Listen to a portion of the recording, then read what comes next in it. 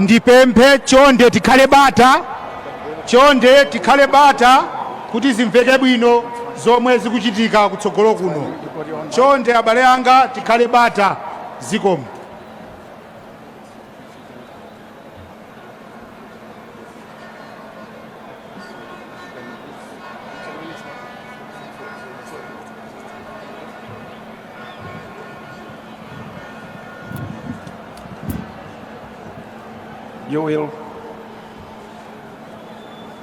You will repeat after me as follows.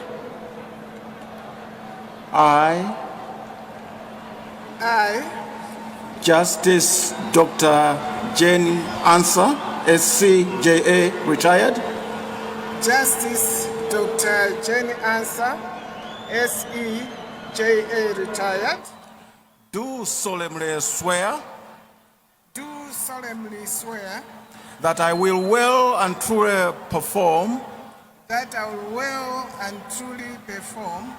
the functions of the high office of Vice President of the Republic of Malawi. The function of high office of the Vice President of the Republic of Malawi. And that I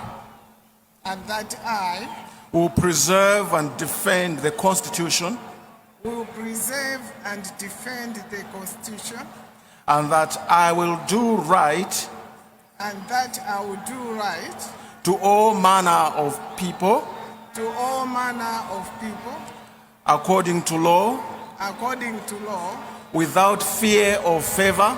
Without fear or favor. Affection or ill will. Affection or ill will. So help me God. So help me God.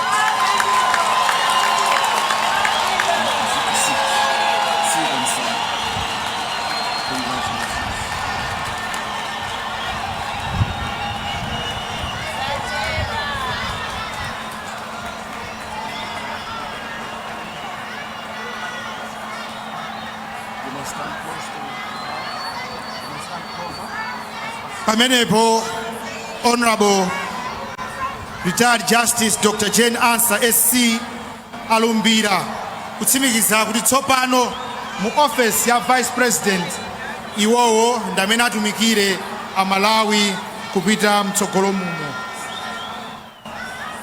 Honorable Justice Dr. Jane Ansa anabadwa pa 11 October 1955 kunkhoma kulilongwe. Tsiku la lero ali mzaka 69, 1 week shy kuti akwanise zaka 70. Iwo adaphunzira masukulu awo a primary ndi secondary dziko lomwe lino ndithu, ndipo tertiary education maphunziro awo akati chenjede ndi ukadaulo adapanga ku Ansa College of the University of Malawi. Adalandira graduate and doctoral qualification from University of Nottingham in the United Kingdom. She's a lawyer by profession, appointed as judge in 1998. Ndipo pakali pano akugwira mbiri ngati mmodzi kapena yekhayo adakhala kwa attorney general wa dzikoli koma ali mzimayi kuchokera pa 2006 mpaka na 2011. Adasankhidwa kukhala judge wa Supreme Court of Appeal ku 2011 kumene adagwira mpaka namene anapuma mu chaka cha 2020. Kumbali inanso adagwirakonso ngati chairperson wa Malawi Electoral Commission kuchokera 2016 mpaka na 2020. Dr. Jane Ansa ali pabanja ndi Bishop Dr. Joseph Ado Ansa, ndipo together ali ndi ana. The Vice President is a bishop and whose altar is at Christ Citadel. Congratulations, Dr. Jane Ansa, now Vice President of the Republic of Malawi.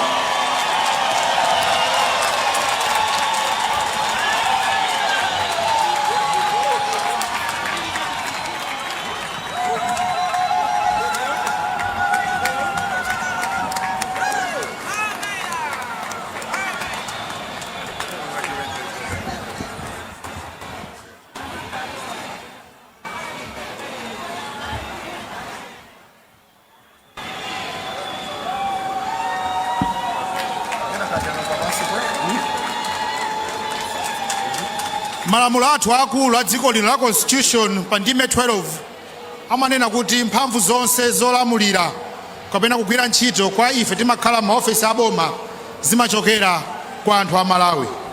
Kotero chimakhala chofunikira kuti amene akutenga maofesi amenewa alumbire kuti agwira ntchito molemekeza kuteteza malamulo amenewa.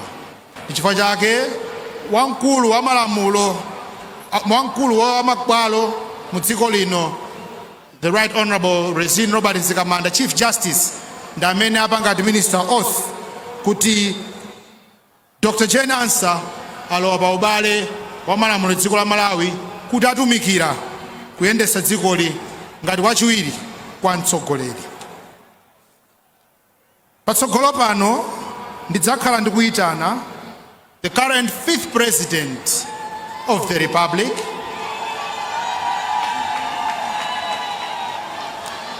Professor Arthur Peter Mutharika, kuti nawonso kufotokoza mwana nakambira a Chief Registrar paja aende adutse patsogolopa kufika malo pena ayima Honorable Chief Justice kuti alumbire kuvomereza kutenga mpando umenewu wa President.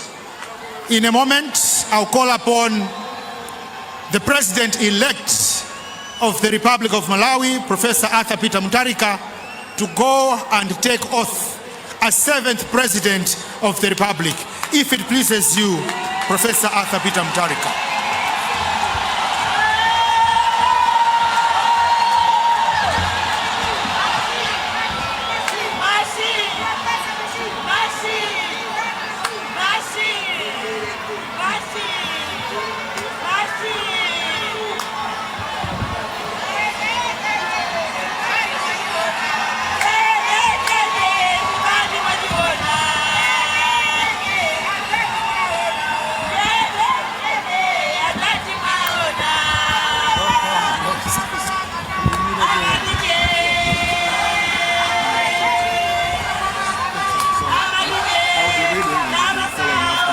I'll be reading and you will follow after me.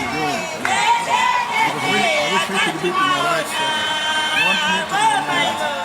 I can do that. It's better for me. And you want to be this side? Would you like to be this side? Because SJ wants me to be on that side. No, he wants me to be on this side, so he can be here. If it's okay. Or you speak loud enough. Some problem with your left ear. But I can hear you. I'll be very loud. Okay. I'll be there. How are you? I can't remember your name. Maybe Innocent. Oh yes. Ndipo posachedwa hapa President-elect Professor Arthur Peter Mutharika akhala akulumbira ngati President wachi 7 wa dziko lino, ndipo malumbiro amenewa motsatana ndi malamulo a Malawi apangidwe motsogozedwa ndi olemekezeka Chief Justice athu Right Honorable Rezin Robert Nzikamanda. Over to you, Honorable Chief Justice. Your Excellency, you will repeat after me as you take the oath of office. I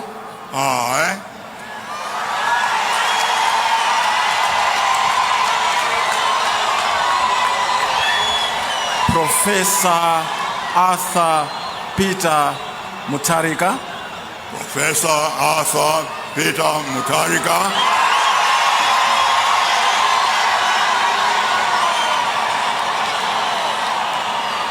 do solemnly swear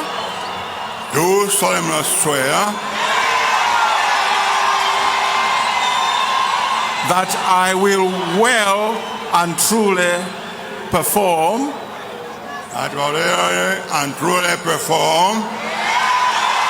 the functions of the high office of President of the Republic of Malawi, the high post of the President of Malawi, and that I will preserve and defend the Constitution